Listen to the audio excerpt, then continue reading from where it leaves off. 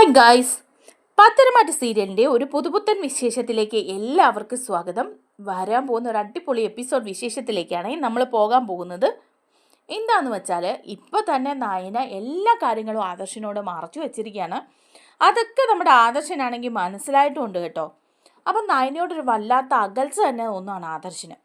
എന്നെ ഇങ്ങനെ അമ്മയും നയനയും കൂടി ഇങ്ങനെ പറ്റിക്കുന്ന സ്ഥിതിക്ക് അവളെ വിശ്വസിക്കാനൊന്നും പറ്റില്ല എന്നുള്ള രീതിയാണ്. നയന ഫോൺ വിളിക്കുമ്പം അറ്റൻഡ് ചെയ്യാതെ ഇരിക്കുകയൊക്കെയാണ് ആദർശ്. അതുപോലെ ദേവയാനി പറയുന്നുണ്ട് നയനയെ ചെന്ന് കൂട്ടിക്കൊണ്ടുവരാൻ. അപ്പോൾ ആദർശ് അതിനും കൂട്ടാക്കുന്നില്ല കേട്ടോ. എനിക്കിപ്പോൾ അവളെ കൂട്ടിക്കൊണ്ടു വരണമെന്ന് യാതൊരു നിർബന്ധവും ഇല്ലെന്നൊക്കെ ആദർശ് പറയാണ്. അങ്ങനെ നയനയും ആദർശം തമ്മിലൊരു ചെറിയ പിണക്കമൊക്കെ ഉണ്ടാവുകയാണ്. ആദർശം നയനയോട് പറയുന്നുണ്ട്, നീ നിൻ്റെ വീട്ടിൽ തന്നെ നിന്നോളാൻ പറയാം. എന്നിട്ട് കൂട്ടിക്കൊണ്ട് വരാനോട്ട് ചെല്ലുന്നുമില്ല. ആ സമയത്ത് ദേവയാനി ഒരു തീരുമാനം എടുക്കുകയാണ്. ഞാൻ നന്ദാവനത്തിൽ പോയി താമസിക്കുകയാണ്, നയനെ എന്ന് ആദർശ് കൂട്ടിക്കൊണ്ട് വരുന്നോ അന്നേ ഞാൻ വരുള്ളൂ എന്ന് പറഞ്ഞ് ദേവയാനി അങ്ങോട്ട് പോവുകയാണ് കേട്ടോ. ആ വിശേഷങ്ങളാണ് നമ്മൾ പങ്കുവയ്ക്കാൻ പോകുന്നത്. നമ്മുടെ വീഡിയോ ഇഷ്ടമായാലൊന്ന് ഒന്ന് ലൈക്ക് ചെയ്യണേ, ചാനൽ കൂടി ഒന്ന് സബ്സ്ക്രൈബ് ചെയ്ത് സപ്പോർട്ട് ചെയ്യണേ.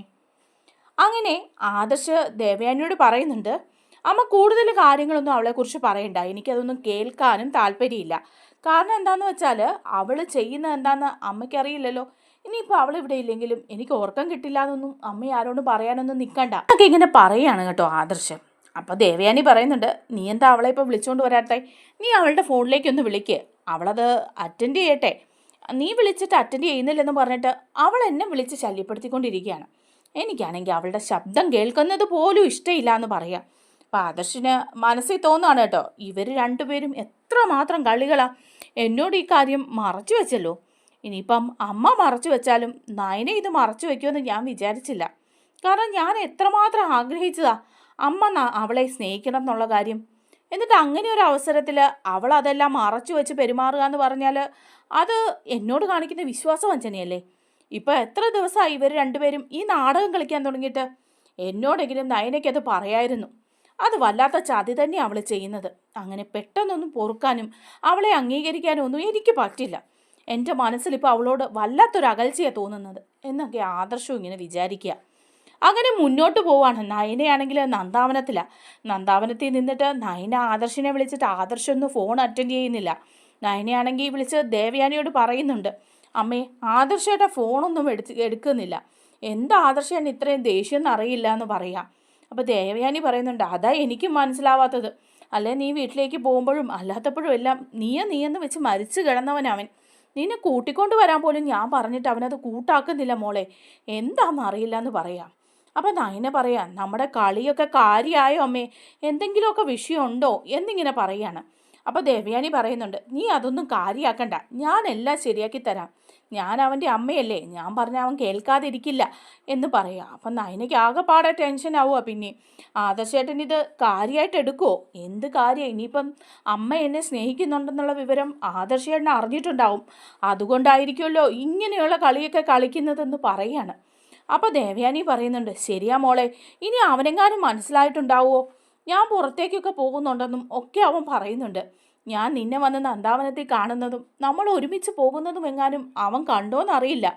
അങ്ങനെയാണെങ്കിൽ അവൻ്റെ മനസ്സിന് ഒരുപാട് വിഷമമായി കാണും. കാരണം എന്താണെന്ന് വെച്ചാൽ നമ്മൾ രണ്ടുപേരും അവനോട് ഇക്കാര്യം പറഞ്ഞില്ലല്ലോ, അതിൻ്റെ ഒരു പിണക്കായിരിക്കും. പ്രത്യേകിച്ച് നീ പറയാത്തത് കൊണ്ട് അവന് പിണക്കമുണ്ടാവും, അതായിരിക്കും അവൻ ഇങ്ങനെയൊക്കെ പെരുമാറുന്നത്. ഇതൊന്നും നീ ഒരുപാട് കാര്യമാക്കാൻ പോകണ്ട മോളെ, ഞാൻ എല്ലാ കാര്യങ്ങളും പറഞ്ഞ് ശരിയാക്കാം, ആദർശിനെ എനിക്കറിയില്ലേ എന്നൊക്കെ ദേവയാനി പറയുന്നുണ്ട്. എന്നിട്ട് ആദർശിനോട് വന്ന് ദേവയാനി എല്ലാ സത്യങ്ങളും പറയുകയാണ് കേട്ടോ. ആദർശേ, നീ എന്താ ഇപ്പോൾ ഇങ്ങനെ നയനയോട് പെരുമാറുന്നത്, നിനക്ക് എന്താ അവളോട് ഇത്ര പിണക്കം എന്ന് ചോദിക്കുകയാണ്.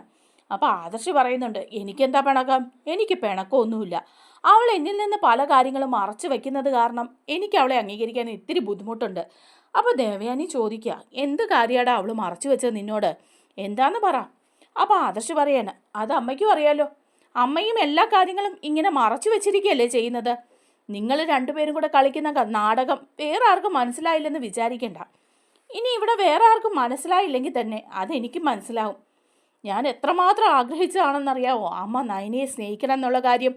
എന്നിട്ട് അവളോട് ഞാൻ എത്ര പ്രാവശ്യം പറഞ്ഞിട്ടുള്ളതാ, അങ്ങനെ ഒരു അവസരത്തിന് വേണ്ടിയിട്ടാണ് ഞാൻ കാത്തിരിക്കുന്നതെന്നും നമ്മുടെ ജീവിതം അങ്ങനെയാണെങ്കിൽ ധന്യമാകുമെന്നും ഒക്കെ. എന്നിട്ട് ഇങ്ങനെ ഒരു അവസരം ഉണ്ടായിട്ട് അവൾ എന്നോടത് പറഞ്ഞോ? അവൾ ആദ്യം പറയേണ്ടത് എന്നോടല്ലേ. എൻ്റെ സന്തോഷം അവൾക്ക് വലുതാണെങ്കിൽ അവൾ അപ്പോഴേ എന്നോട് ഈ വിവരം പറയും. എന്നിട്ട് അവൾ പറഞ്ഞില്ല. ഇപ്പോഴും പല ആവർത്തി പല രീതിയിൽ ഞാൻ ചോദിച്ചിട്ടും നിങ്ങൾ രണ്ടുപേരും എന്നിൽ നിന്നത് മറച്ചു വെക്കുകയല്ലേ എന്ന് ചോദിക്കുമ്പം ദേവയാനി പറയാണ്, അതേ മോനെ, അത് സത്യമാണ്. ഞാൻ നയനയെ അംഗീകരിച്ചു. അവളാണ് എനിക്ക് കരൾ തന്നതെന്നുള്ള വിവരം അറിഞ്ഞപ്പോൾ മുതൽ ഞാൻ നയനയെ അംഗീകരിച്ചതാ. ആദ്യമൊന്നും അവളോട് പറഞ്ഞില്ല. അറിയാത്ത വട്ടം അവളെ സ്നേഹിച്ചു. പിന്നെ അവളത് മനസ്സിലാക്കിയെടുത്തപ്പം ഞാൻ മനസ്സ് തുറന്ന് അവളോട് പറഞ്ഞതാ, ഇനി നീ എൻ്റെ മരുമകളല്ല, മകളാണ്. ഈ നിമിഷം മുതൽ എൻ്റെ ജീവൻ തന്ന് ഞാൻ നിന്നെ സ്നേഹിക്കുമെന്ന്. പക്ഷേ ആ വിവരം ഇവിടെ ആരും അറിഞ്ഞിട്ടില്ല എന്നുള്ളത് സത്യമാണ്. അതുകൊണ്ട് അവളോട് ഞാൻ പറഞ്ഞതാ, വേറെ ആരോടും പറയണ്ട. അതുപോലെ ആദർശൻ, നീയും ജേട്ടനും ഒക്കെ എന്നെ കുരങ്ങ് കളിപ്പിക്കല്ലായിരുന്നോ? എത്ര പ്രാവശ്യം ഞാൻ നിങ്ങളോട് ചോദിച്ചു ആരാണ് എനിക്ക് കരൾ തന്നതെന്ന്. എന്നിട്ട് നിങ്ങൾ ആ വിവരം എന്നോട് പറഞ്ഞോ? നിങ്ങൾ നയനയാണെന്നുള്ള വിവരം പറയാതെ മറച്ചു വച്ചിരിക്കല്ലായിരുന്നോ? അതിൻ്റെ പേരിൽ ഞാൻ നയനെ എത്രമാത്രം കുറ്റപ്പെടുത്തുകയും ഉപദ്രവിക്കുകയും ഒക്കെ ചെയ്തു. അതൊക്കെ നിങ്ങൾക്ക് അറിയാമായിരുന്നല്ലോ. എന്നിട്ടും നിങ്ങളത് മറച്ചു വെച്ചു. അങ്ങനെയുള്ളപ്പോൾ പിന്നെ നിങ്ങളെയും കുറച്ച് ദിവസം കുരങ്ങ് കളിപ്പിക്കാമെന്ന് ഞാനും വിചാരിച്ച ആദർശേ. അതുകൊണ്ടാണ് ഞാനാ നയനമോളോട് പറഞ്ഞത് ഈ വിവരം ആദർശനോട് പോലും പറയണ്ടെന്ന്. അതുകൊണ്ടാണ് അവൾ ഇതൊന്നും പറയാതിരുന്നത്. നീ അതുകൊണ്ട് ഇത് വലിയ കാര്യമൊന്നും ആക്കണ്ട. നീ അവൾ വിളിക്കുമ്പം ആ ഫോണൊന്ന് അറ്റൻഡ് ചെയ്യുകയോ അവിടെ ചെന്ന് അവളോടൊന്ന് സംസാരിക്കുകയോ ഒക്കെ ചെയ്താൽ മതി എന്ന് പറയുകയാണ് കേട്ടോ. അപ്പോഴേക്കും ആദർശ് പറയുന്നുണ്ട്, അവൾ എന്നോട് പറയാതിരുന്നതിൽ എനിക്ക് നല്ല വിഷമമുണ്ടമ്മേ. എൻ്റെ മനസ്സിന് നല്ല അകൽച്ച തോന്നുകയും ചെയ്യാണ്. ഇനിയിപ്പോൾ അതൊക്കെ മാറി വരാൻ എന്ത് ചെയ്യുമെന്ന് എനിക്ക് അറിയില്ല എന്ന് പറയുക. അങ്ങനെ ഇരിക്കുമ്പം വീണ്ടും നയനയെ വിളിക്കുകയാണ് ആദർശ്. നയനയെ വിളിക്കുമ്പം നയന ആകെപ്പാടെ വിഷമിച്ചിട്ട് ഫോൺ എടുക്കുകയാണ്. ഒരുപാട് ദിവസം കൂടിയല്ലേ ആദർശേട്ടൻ വിളിച്ചത്. അപ്പം വലിയ സന്തോഷത്തിൽ നയന ഫോൺ എടുക്കുക. എന്നിട്ട് പറയുന്നുണ്ട്, എന്താ ആദർശേട്ടാ ഇപ്പോഴാണ് വിളിക്കുന്നത്? എത്ര ദിവസമായി ഞാൻ ആദർശേട്ടനെ അങ്ങോട്ട് വിളിക്കുന്നു. കോൾ അറ്റൻഡ് ചെയ്യാൻ പോലും ആദർശേട്ടൻ കൂട്ടാക്കിയില്ലല്ലോ എന്ന് പറയാണ്. അപ്പം നയന പറയുന്നുണ്ട്. അങ്ങനെ പറയുമ്പം ആദർശ് പറയാണ്, ഞാനെന്തിനാ നിൻ്റെ ഫോൺ എടുക്കുന്നത്? നീ എന്നിൽ നിന്ന് പ്രധാനമായിട്ടുള്ളൊരു കാര്യമല്ലേ മറച്ചു വെച്ചത്? അമ്മയും നീയും തമ്മിൽ സ്നേഹിച്ച് ജീവിക്കണം എന്നുള്ളത് എൻ്റെ ഏറ്റവും വലിയ ആഗ്രഹമായിരുന്നു. എന്നിട്ടും അങ്ങനെ ഒരു അവസരം ഉണ്ടായിട്ട് നീ അതെന്നോട് പറഞ്ഞോ? ഇല്ലല്ലോ. നീ അതെന്നോട് മറച്ചു വെക്കുകയല്ലായിരുന്നോ? അത് നീ എന്നോട് ചെയ്ത ഏറ്റവും വലിയ തെറ്റല്ലേ? പല ദിവസം പല രീതിയിലും ഞാനത് എടുത്തെടുത്ത് ചോദിച്ചിട്ടും നീ അതെന്നോട് പറയാൻ കൂട്ടാക്കിയില്ല നയനെ. എനിക്കത് അത്ര പെട്ടെന്ന് പൊറുക്കാനും മറക്കാനും ഒന്നും പറ്റില്ല. വേറെ ആരത് ചെയ്താലും ഞാനത് ക്ഷമിച്ചേനെ. പക്ഷേ നീ അതങ്ങനെ ചെയ്യുമ്പം എനിക്കത് ക്ഷമിക്കാൻ പറ്റുന്നില്ല എന്ന് പറയാണ്. അപ്പം നയന പറയാം, ആദർശേട്ടാ ഞാൻ അങ്ങോട്ട് വരാം, എന്നെ അങ്ങോട്ട് കൂട്ടിക്കൊണ്ട് പോ. ഇതൊക്കെ ഇത്ര വലിയ പ്രശ്നമാക്കണോ? അമ്മ സത്യമെല്ലാം പറഞ്ഞില്ലേ? അപ്പോൾ ആദർശ് പറയാണ്, ഞാൻ കൂട്ടിക്കൊണ്ട് പോകാനൊന്നും വരില്ല, നീ അവിടെ നിന്നാൽ മതി എന്ന് പറയാണ്. അപ്പം നയനയ്ക്ക് ആകെ വിഷമമായിട്ട് കനകയുടെ കയ്യിലേക്ക് ഫോൺ കൊടുക്കുകയാണ് കേട്ടോ. അപ്പോൾ കനക സംസാരിക്കുന്നുണ്ട്, മോനെ ആദർശ്, നീ ഇതിത്ര കാര്യമാക്കാനൊന്നുമില്ല. ദേവയാനി അങ്ങനെ പറഞ്ഞു, നിന്നോട് പറയണ്ടാന്ന്. അതാ മോള് പറയാതിരുന്നത്. അതിപ്പം ഇത്രയൊരു പ്രശ്നമാക്കിയൊന്നും എടുക്കണ്ട എന്ന് പറയുക. അപ്പോഴേക്കും ഉടനെ ആദർശ് പറയുന്നുണ്ട്, അങ്ങനെ പ്രശ്നമാക്കണ്ടെന്നൊന്നും നിങ്ങൾ പറഞ്ഞാൽ എങ്ങനെയാണ് ശരിയാവുന്നത്? പ്രശ്നമാക്കാതിരിക്കാനൊന്നും എനിക്ക് പറ്റില്ല. എൻ്റെ മനസ്സിൽ അത് പെട്ടെന്ന് അങ്ങ് അംഗീകരിക്കാൻ പറ്റില്ല. ഞാൻ ആ ഒരു അവസ്ഥയിലല്ല നയനയെ കണ്ടത്. പക്ഷേ അവൾ എന്നോട് ചെയ്തത് അത് വല്ലാത്തൊരു തെറ്റായിട്ട് തന്നെയാണ് എൻ്റെ മനസ്സിൽ. അവളെ അംഗീകരിക്കാനോ കൂട്ടിക്കൊണ്ടു പോകാനോ ഭാര്യയായിട്ട് കൂടെ ജീവിക്കാനോ ഒന്നും എനിക്ക് താല്പര്യമില്ല. നയനയ്ക്ക് ഇനി എന്നെ അംഗീകരിക്കാൻ പറ്റില്ലെങ്കിൽ ഞാൻ ഡിവോഴ്സിന് തയ്യാറാണ് എന്നൊക്കെ പറയുമ്പോൾ കനക ആകെപ്പാടെ ഞെട്ടിപ്പോവാം. എന്തായാലും കനക പറയാം നയനോട്, മോളെ നയനെ, ഇതിപ്പം വല്ലാത്തൊരവസ്ഥയായി പോയല്ലോ. എല്ലാം ശരിയായി, ദേവയാനി നിന്നെ സ്നേഹിച്ചെന്നുള്ള അവസ്ഥ വന്ന് ഞാനൊന്ന് സന്തോഷിച്ച് വന്നപ്പോഴേക്കും ആദർശമോൻ പറയുന്നു ഡിവോഴ്സിന് തയ്യാറാണെന്ന്. അങ്ങനെ കളി കാര്യമായല്ലോ മോളെ, ഇനിയിപ്പോൾ എന്താ ചെയ്യുക? അങ്ങനെ കനകയാണെങ്കിൽ ദേവയാനിയെ വിളിച്ചിട്ട് ഈ കാര്യങ്ങളൊക്കെ പറയാണ്. ദേവയാനി, ഇതിന് എന്തെങ്കിലും ഒരു പരിഹാരം ഉണ്ടാക്കണം. നിങ്ങൾ കളിച്ച കളി ഇച്ചിരി കൂടിപ്പോയെന്ന് തോന്നുന്നു. ആദർശമോൻ വിളിച്ചിട്ടുണ്ടായിരുന്നു. അവൻ നയനയോട് വളരെ ദേഷ്യപ്പെട്ടാണ് സംസാരിച്ചത്. അവന് നയനയും മൊത്തൊരു ജീവിതത്തിന് ഇനി താല്പര്യമില്ലാന്ന് അവൻ തീർത്തു പറഞ്ഞു. നയനയെ അനന്തപുരിയിലേക്ക് കൂട്ടിക്കൊണ്ടു പോകാനൊന്നും അവന് താല്പര്യമില്ല. ഡിവോഴ്സ് ചെയ്യാൻ തന്നെയാണ് താല്പര്യമെന്ന് അവൻ എന്നോട് തുറന്നു പറഞ്ഞു. ഇതിപ്പോൾ ഇങ്ങനൊരവസ്ഥയിലായപ്പോൾ ഇനി എന്താ ചെയ്യുക എന്ന് പറയുമ്പോൾ ദേവയാനി പറയാം, പേടിക്കണ്ട, നിങ്ങൾ പേടിക്കണ്ട കനകെ, ഒന്നും സംഭവിക്കില്ല. നയനമോള് തന്നെയായിരിക്കും എൻ്റെ മരുമകൾ. ആദർശ് അപ്പോഴത്തെ ദേഷ്യത്തിന് ഈ പറയുന്നതേ ഉള്ളൂ. അവനെ എനിക്ക് അറിയാൻ പാടില്ലേ. അവന് നയനയില്ലാതെ പറ്റില്ല. അവൻ എന്തായാലും നയനയെ സ്വീകരിക്കും. ആ കാര്യത്തിൽ ഞാൻ നിങ്ങൾക്ക് ഉറപ്പ് നൽകാം. കനകയും ഗോവിന്ദനും ഒന്നും അതോർത്ത് വിഷമിക്കേണ്ട എന്ന് പറയുകയാണ് ദേവയാനി. അങ്ങനെ ദേവയാനി വീണ്ടും ആദർശിൻ്റെ അടുത്തേക്ക് ചെന്ന് ഒന്നുകൂടി റിക്വസ്റ്റ് ചെയ്യുകയാണ്.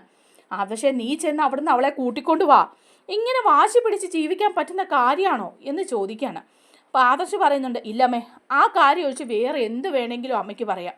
ഇത്രയും നാൾ എന്നോട് അവൾ മറച്ചു വെച്ചത് അതെനിക്ക് അംഗീകരിക്കാൻ പറ്റില്ല. അങ്ങനെ ഒരു ബന്ധമല്ലായിരുന്നു ഞാനും നയനയും തമ്മിലുള്ളത്.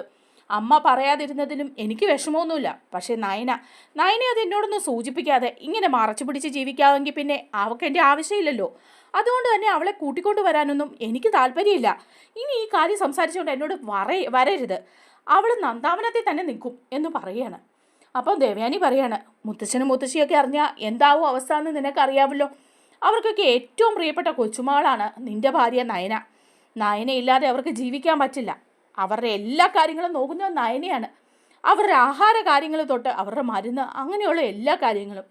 നയനയെ രാവിലെ കണി കണ്ടുണരുന്ന മുത്തശ്ശൻ്റെയും മുത്തശ്ശിയുടെ ആഗ്രഹം വരെ. അങ്ങനെയുള്ളപ്പോൾ നീ ഇങ്ങനെ ഒരു തീരുമാനം എടുത്താൽ അവർ നിന്നെ എതിർക്കില്ലേ? അപ്പോഴേക്കും ഉടനെ തന്നെ ആദർശ് പറയാണ്, ഇല്ല, അവരെന്നെ ഒരിക്കലും എതിർക്കില്ല. ഞാൻ അവരോട് കാര്യങ്ങളൊക്കെ പറഞ്ഞ് ബോധ്യപ്പെടുത്തിയിട്ടുണ്ട്. നയന എന്നോട് ചെയ്തത് തെറ്റ് തന്നെയാണെന്നാണ് അവരുടെയും പക്ഷം.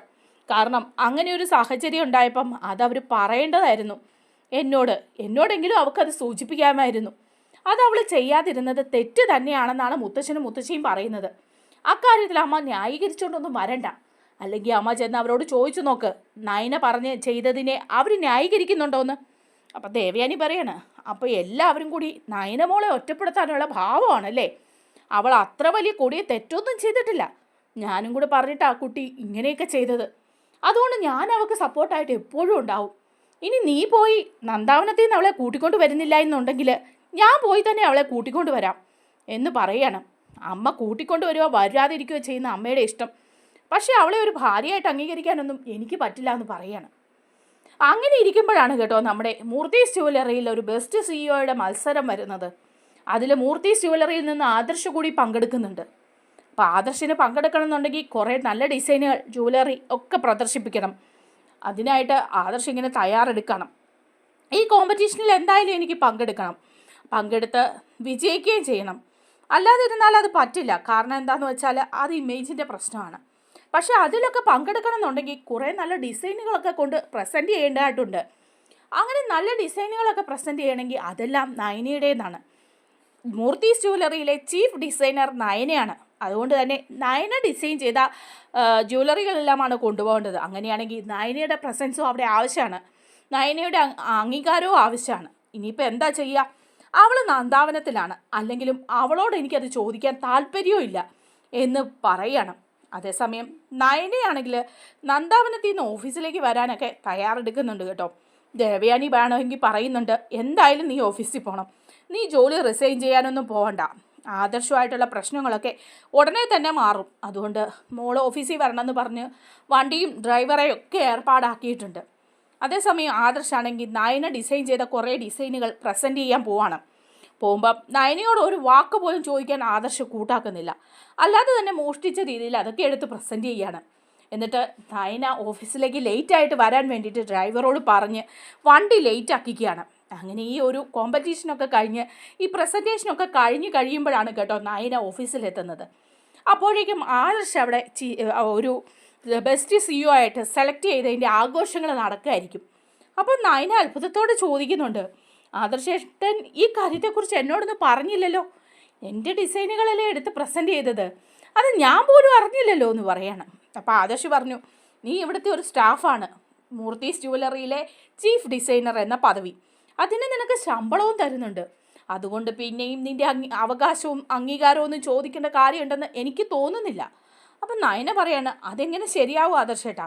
ഞാൻ ചെയ്തു വെച്ച ഡിസൈനുകൾ മോഷ്ടിച്ചുകൊണ്ട് പ്രസൻറ്റ് ചെയ്തതുപോലല്ലേ ഇത്? അല്ലെങ്കിൽ എന്നോടൊരു വാക്ക് ചോദിക്കായിരുന്നു, ഇങ്ങനെ ഒരു കോമ്പറ്റീഷനുണ്ട്, അതിന് നമ്മളുടെ ഡിസൈനുകളൊക്കെ പ്രസൻറ്റ് ചെയ്യണമെന്ന്. ആദർശേട്ടൻ അതൊന്നും ചെയ്യാൻ കൂട്ടാക്കിയില്ല. അത് തെറ്റല്ലേ ആദർശേട്ടാ എന്ന് ചോദിക്കുക. അപ്പോൾ പറയുന്നുണ്ട്, തെറ്റാണെങ്കിൽ ഞാൻ അംഗീകരിച്ചു. നിനക്ക് നിൻ്റെ ശമ്പളം തരുന്നില്ലേ? അപ്പോൾ നീ ഇവിടെ ജോലി ചെയ്യുന്നു, പിന്നെയും നിൻ്റെ അധികാരവും അവകാശവും ഒന്നും എടുക്കേണ്ട കാര്യമില്ല. അപ്പം നയന പറയാണ്, ഓ അങ്ങനെ ഒരു ശമ്പളക്കാരിയായിട്ട് മാത്രമാണ് എന്നെ കാണുന്നത്. ശമ്പളം തരുന്നത് കൊണ്ട് എൻ്റെ ഡിസൈനുകൾ എടുത്ത് എവിടെയും പ്രദർശിപ്പിക്കാമെന്നും ഒന്നും ഞാൻ പറഞ്ഞിട്ടില്ല. ആർക്കും ഞാനത് തീരെഴുതി തന്നിട്ടുമില്ല.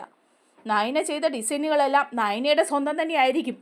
അപ്പോൾ പറയാണ്, ഓ പിന്നെ. അപ്പോൾ നയന പറയാണ്, അങ്ങനെയാണെങ്കിൽ ശരി ആദർശേട്ടാ, ഞാൻ ഇവിടുന്ന് റിസൈൻ ചെയ്തേക്കാം. ഞാൻ എൻ്റെ ജോലി ഇവിടെ വേണ്ടെന്ന് വെച്ചാൽ പിന്നെ എൻ്റെ ഡിസൈനുകൾ ഇവിടെ ഇല്ലല്ലോ. അപ്പോൾ ആദർശ് പറയാനും, അത്രയ്ക്ക് അഹങ്കാരമായല്ലേ നിനക്ക്? മൂർത്തീസ് ജ്വല്ലറിയിൽ ആദർശിൻ്റെ ഒപ്പം നിന്നതുകൊണ്ടാണ് നീ പ്രശസ്തിയായത്. ഇനിയിപ്പോൾ എവിടെ ചെന്നാലും നിനക്ക് ജോലി കിട്ടും. അതുകൊണ്ട് തന്നെ നീ പേടിക്കണ്ട. മൂർത്തീസ് ജ്വല്ലറിയിലെ ജോലിയൊക്കെ നീ അങ്ങ് റിസൈൻ ചെയ്ത് നീ വീട്ടിലേക്ക് പോയിക്കോ. നീ ഇനി ഒരിക്കലും അനന്തപുരിയിലെ ആദർശിൻ്റെ ഭാര്യയായിട്ട് വരികയും വേണ്ട. നിന്നെ ഞാൻ കൂട്ടിക്കൊണ്ട് പോകാൻ തയ്യാറുമല്ല എന്ന് പറയാണ്. അപ്പോഴേക്കും നയനയ്ക്ക് ആകപ്പാടെ ടെൻഷനാവുക. ഇത്രയൊക്കെ പറയാറായല്ലോ എന്ന്. അങ്ങനെ നയന ജോലിയൊക്കെ റിസൈൻ ചെയ്തിട്ട് നയന നന്ദാവനത്തിൽ ചെല്ലുകയാണ്. ചെന്നിട്ട് അവിടെ ചെന്ന് കനകയോടും ഗോവിന്ദനോടും ഒക്കെ കരഞ്ഞു പറയുന്നുണ്ട്, ഇങ്ങനെ ഒരു സംഭവം ഉണ്ടായി. ആദർശേട്ടൻ എന്നെ ഒന്ന് അംഗീകരിക്കാനോ ഒന്നുമില്ല. എല്ലാവരുടെയും മുമ്പിൽ വെച്ച് എന്നെ നാണം കെടുത്തി. ജോലി റിസൈൻ ചെയ്ത് വീട്ടിലേക്ക് പോയിക്കോളാൻ പറഞ്ഞു. നിനക്ക് മൂർത്തീസ് ജ്വല്ലറിയിൽ ഒരു സ്ഥാനവും ഇല്ലെന്നും അതുപോലെ എങ്ങും വീട്ടിലും ഒന്നും സ്ഥാനം ഇല്ലെന്ന് പറഞ്ഞു എന്നൊക്കെ പറഞ്ഞ് പൊട്ടിക്കരയാണ്. അപ്പോൾ ഇതെല്ലാം വിളിച്ച് കനക ദേവയാനിയോട് പറയുക, ഇങ്ങനെയൊക്കെ സംഭവിച്ചിട്ടുണ്ട്. ആദർശ് നയനെ ഓഫീസിൽ നിന്ന് കൂടി പുറത്താക്കി. അവളിവിടെ വീട്ടിൽ വന്നിട്ടുണ്ട്. ഇനി മൂർത്തീസ് ജ്വല്ലറിയിലേക്ക് ചെല്ലണ്ട എന്ന് പറഞ്ഞിട്ടുണ്ട്. അതുപോലെ തന്നെ അനന്തപുരിയിലേക്കും അവൾ ചെല്ലണ്ടെന്ന് ആദർശ് പറഞ്ഞിരിക്കുന്നത്. ഡിവോഴ്സിൻ്റെ വക്കീലാണ്. ആദർശ് നയനെ ഒഴിവാക്കിയ പോലെ തന്നെയാണെന്നൊക്കെ പറഞ്ഞ് കനക കരയുകയാണ്. അപ്പോഴേക്കും ഉടനെ ദേവയാനി പറയുന്നുണ്ട്, കനകയും ഗോവിന്ദനും വിഷമിക്കരുത്, അവനോട് ഞാൻ സംസാരിക്കാമെന്ന് പറയാണ്. ആദർശ് വരുമ്പം ആദർശിനോട് ദേവയാനി ചോദിക്കുന്നുണ്ട്, അതെ ആദർശ്, നീ എന്താ ഈ പറയുന്നത്? അവളെ വിളിച്ചുകൊണ്ട് വാ. നീ എന്തിനാ അവളോട് ജോലി റിസൈൻ ചെയ്യാൻ പറയുന്നത്? അവളുടെ ഡിസൈനുകൾ എടുത്ത് CEO ആയപ്പം ബെസ്റ്റ് CEO എന്നുള്ള അവാർഡ് കിട്ടിയപ്പം അവളോടൊരു നന്ദി വാക്കെങ്കിലും നിനക്ക് പറയായിരുന്നു. അവളോടൊന്ന് സൂചിപ്പിക്കുകയെങ്കിലും ചെയ്യായിരുന്നു ഈ കാര്യത്തെക്കുറിച്ച്. നീ എന്തുകൊണ്ടാണ് അതൊന്നും ചെയ്യാതിരുന്നതെന്നൊക്കെ ചോദിക്കുമ്പം ആദർശ് ദേവയാനിയോടും കയർക്കാണ്. അവളുടെ കാര്യങ്ങളൊന്നും ഇനി എന്നോട് മിണ്ടാൻ അമ്മ വന്നേക്കരുത്. ഒരു കാര്യവും പറഞ്ഞുകൊണ്ട് വരണ്ട. എനിക്കത് കേൾക്കാനും താല്പര്യമില്ല. അവളെ ഇനി ഈ വീട്ടിലേക്ക് അനന്തപുരിയിലേക്ക് കൊണ്ടുവരാനും എനിക്ക് യാതൊരു താല്പര്യവും ഇല്ല എന്ന് ആദർശ് പറയുക. അപ്പോൾ ഉടനെ ദേവയാനി പറയാണ്, ഓഹോ, നിന്നോട് ഇത്രയും കരഞ്ഞ് ഞാൻ പറഞ്ഞിട്ടും നീ ഇങ്ങോട്ട് അവളെ തിരിച്ചു കൊണ്ടുവരാൻ തയ്യാറല്ലല്ലേ? അങ്ങനെയൊക്കെയാണ് നിൻ്റെ തീരുമാനം എന്നെങ്കിൽ നീ ഒരു കാര്യം കൂടി കേട്ടോ. നിൻ്റെ അമ്മയാണ് ഞാൻ ഈ വീട്ടിൽ നിന്ന് ഇറങ്ങാൻ പോവാണ്. ഞാൻ പോയി നന്ദാവനത്തിൽ നയനയുടെ കൂടെ താമസിക്കാൻ പോവാണ്. എന്ന് നീ നയനയെ കൂട്ടിക്കൊണ്ട് വരുന്നോ അന്ന് ഞാൻ ഇങ്ങോട്ട് വരുവുള്ളൂ, ഈ അനന്തപുരിയിലേക്ക്. അതുവരെ ഞാൻ ഇങ്ങോട്ട് വരില്ല. അച്ഛനും അമ്മയും ചോദിച്ചാലും ജയേട്ട പറഞ്ഞാലും ഞാൻ ഇങ്ങോട്ട് വരില്ല. നയനയെ എന്ന് നീ ഈ വീട്ടിലേക്ക് കൂട്ടിക്കൊണ്ട് വരുന്നോ ആ കൂടെ ഞാൻ വരും. ഞാൻ പോയി നന്ദാവനത്തിൽ താമസിക്കാൻ പോവാണെന്ന് പറയാം. അങ്ങനെ ദേവയാനി ബാഗും ഒക്കെ എടുത്തിട്ട് അവിടെ നിന്ന് ഇറങ്ങുകയാണ് നേരെ. അപ്പോൾ ആദർശ് പറയുന്നുണ്ട്, അമ്മ വേണ്ടാത്ത കാര്യത്തിനൊന്നും എടുത്തു ചാടി അങ്ങോട്ട് പോയി നാണം കെടരുത്. വളരെ മോശമാണ്. അമ്മ ഇവിടെ നിൽക്കണം, ഇതെൻ്റെ തീരുമാനമാണെന്നൊക്കെ പറയുമ്പോഴും ദേവയാനി അതിനെയെല്ലാം എതിർത്ത് അവിടെ നന്ദാവനത്തിൽ ചെല്ലുകയാണ്. നന്ദാവനത്തിൽ ചെന്ന് കാണുമ്പോഴേക്കും കനക വിചാരിക്കുക, അയ്യോ ദേവയാനിയല്ലേ ഈ ബാഗൊക്കെ ആയിട്ട് വരുന്നത്, എന്താ ദേവയാനി ഇപ്പം ഇങ്ങോട്ട് വരുന്നത്, എന്താ കാര്യം എന്നൊക്കെ വിചാരിച്ച് ചെല്ലുമ്പം ദേവയാനി ആകെപ്പാടെ നാണം കുടുങ്ങി ആകെ ചമ്മയടിച്ച പോലെ ഇങ്ങനെ നിൽക്കുക. അപ്പോൾ കനക ചോദിക്കുന്നുണ്ട്, എന്താ ആദർശ് മോൻ്റെ അമ്മ ഇപ്പോൾ വന്നത്? അപ്പോൾ പറയണേ, ഞാൻ വെറുതെ ഇവിടെ നയന ഇവിടെയല്ലേ, അതുകൊണ്ട് ഞാൻ ഇങ്ങോട്ട് വന്നതാ, നയനെ ഒന്ന് കാണാൻ വേണ്ടിയിട്ട് വന്നതാന്ന് പറയാം. അപ്പോഴേക്കും പറയണേ, അല്ല കാണാൻ വന്നാണേലും ബാഗൊക്കെ ആയിട്ടാണല്ലോ വന്നിരിക്കുന്നത്, എന്താ 2 ദിവസം ഇവിടെ നിൽക്കാനായിരിക്കും അല്ലേ എന്ന് ചോദിക്കുക. അപ്പോൾ ദേവയാനി പറയണേ, അതെ 2 ദിവസം ഞാനിവിടെ നിൽക്കാൻ വേണ്ടി വന്നതാ എന്ന് പറയാം. അപ്പോൾ കനകയ്ക്ക് ഭയങ്കര സന്തോഷമായിട്ട് പറയാണ്, നല്ല കാര്യം, ഒരുപാട് സന്തോഷമായി. ആദർശ് മോൻ്റെ അമ്മയൊക്കെ ഇവിടെ വന്ന് നിൽക്കുവോ, ഒരു നേരത്തെ ഭക്ഷണം കഴിക്കുകയോ ചെയ്യുന്നത് ഞങ്ങൾക്ക് വലിയ കാര്യമാണ്. ഇപ്പോൾ ദേ ബാഗൊക്കെ ആയിട്ട് വന്നു. ഏതായാലും ആദർശ് മോൻ്റെ അമ്മ അകത്തേക്ക് കയറി വാ, മോന് പിണക്കമൊന്നും മാറിയിട്ടില്ല മോളോടുള്ള അല്ലേ എന്ന് ചോദിക്കുമ്പം ദേവയാനി പറയാണ്, അത് കനകേ, ഞാനൊരു കാര്യം തീരുമാനിച്ചു. നയനമോളെ അങ്ങോട്ട് കൂട്ടിക്കൊണ്ട് പോരാൻ അവനോട് പറഞ്ഞിട്ട് അവനതിന് കാര്യമാക്കുന്നില്ല. അവൻ പറയുന്നത് അവനത് പറ്റില്ല എന്നാ. അപ്പം ഞാനും ചില തീരുമാനങ്ങൾ എടുത്തു. അവൻ്റെ അമ്മയല്ലേ ഞാൻ, എനിക്കും ഇല്ലേ വാശി. ഞാൻ പറഞ്ഞു, നയനെ എന്ന് നീ കൂട്ടിക്കൊണ്ട് വരുന്നോ അന്നേ ഞാനും തിരിച്ച് അങ്ങോട്ട് വരുവുള്ളൂ എന്ന്. അങ്ങനെ ഞാനെൻ്റെ ബാഗൊക്കെ എടുത്ത് ഇങ്ങോട്ട് ഇറങ്ങിയതാ.